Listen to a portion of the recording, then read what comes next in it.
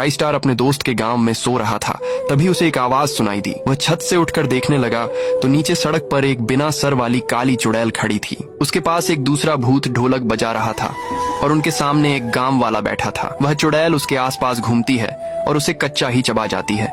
ये सब देखकर राई स्टार डर गया और चुपचाप बिस्तर पर जाकर लेट गया। पूरी रात उसे नींद नहीं आई। सुबह उसने अपने दोस्त ज्ञान भाई से पूछा, अरे भाई, कल रात को जो मैंने देखा वह सच था क्या? तेरे गांव में आखिर चल क्या रहा है? ज्ञान भाई ने कहा, हाँ भाई, वह सच था। कुछ महीनों से यह बिना सर वाली काली चुड़ैल रात में हमारे गांव में आती है और एक न एक गांव वाले को मारकर खा जाती है। हमने कई तांत्रिक बाबाओं को बुलवाया लेकिन उसका कोई असर नहीं हुआ। वह चुड़ैल सभी तांत्रिकों को भी मारकर खा गई। हमारे गांव से रोज एक आदमी उसका खाना बनने के लिए उसके सामने जाता है। अगर हमने ऐसा नहीं किया तो वह एक ही दिन में पूरे गांव को मारकर खा जाएगी। उसी रात राई स्टार फिर से छत पर सो रहा था। तभी उसे वही आवाज सुनाई दी। इस बार राई स्टार हिम्मत करके उसके सामने गया।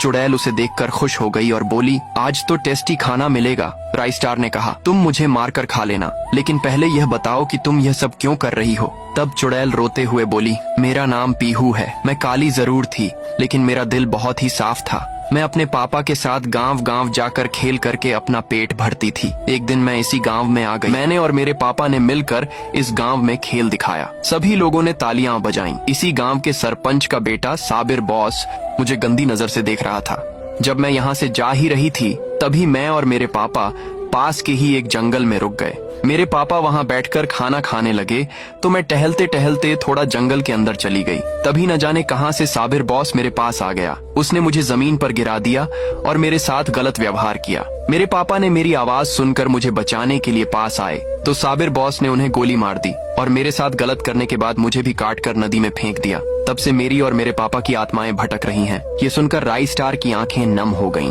उसने कहा, तुम्हारा असली गुनहगार तो साबिर बॉस है, तो तुम उसे खुद क्यों नहीं मार देती? चुड़ैल ने कहा, उसके घर के बाहर एक सफेद पीपल का पेड़ है और मैं उसके आसपास नहीं जा सकती। अगर तुम उस पेड़ के नीचे आग जलाते रहोगे तो मैं आसानी से साबिर बॉस के घर के अंदर जा सकूंगी और उसे मार पाऊंगी। राई स्टार ने वैसा ही किया।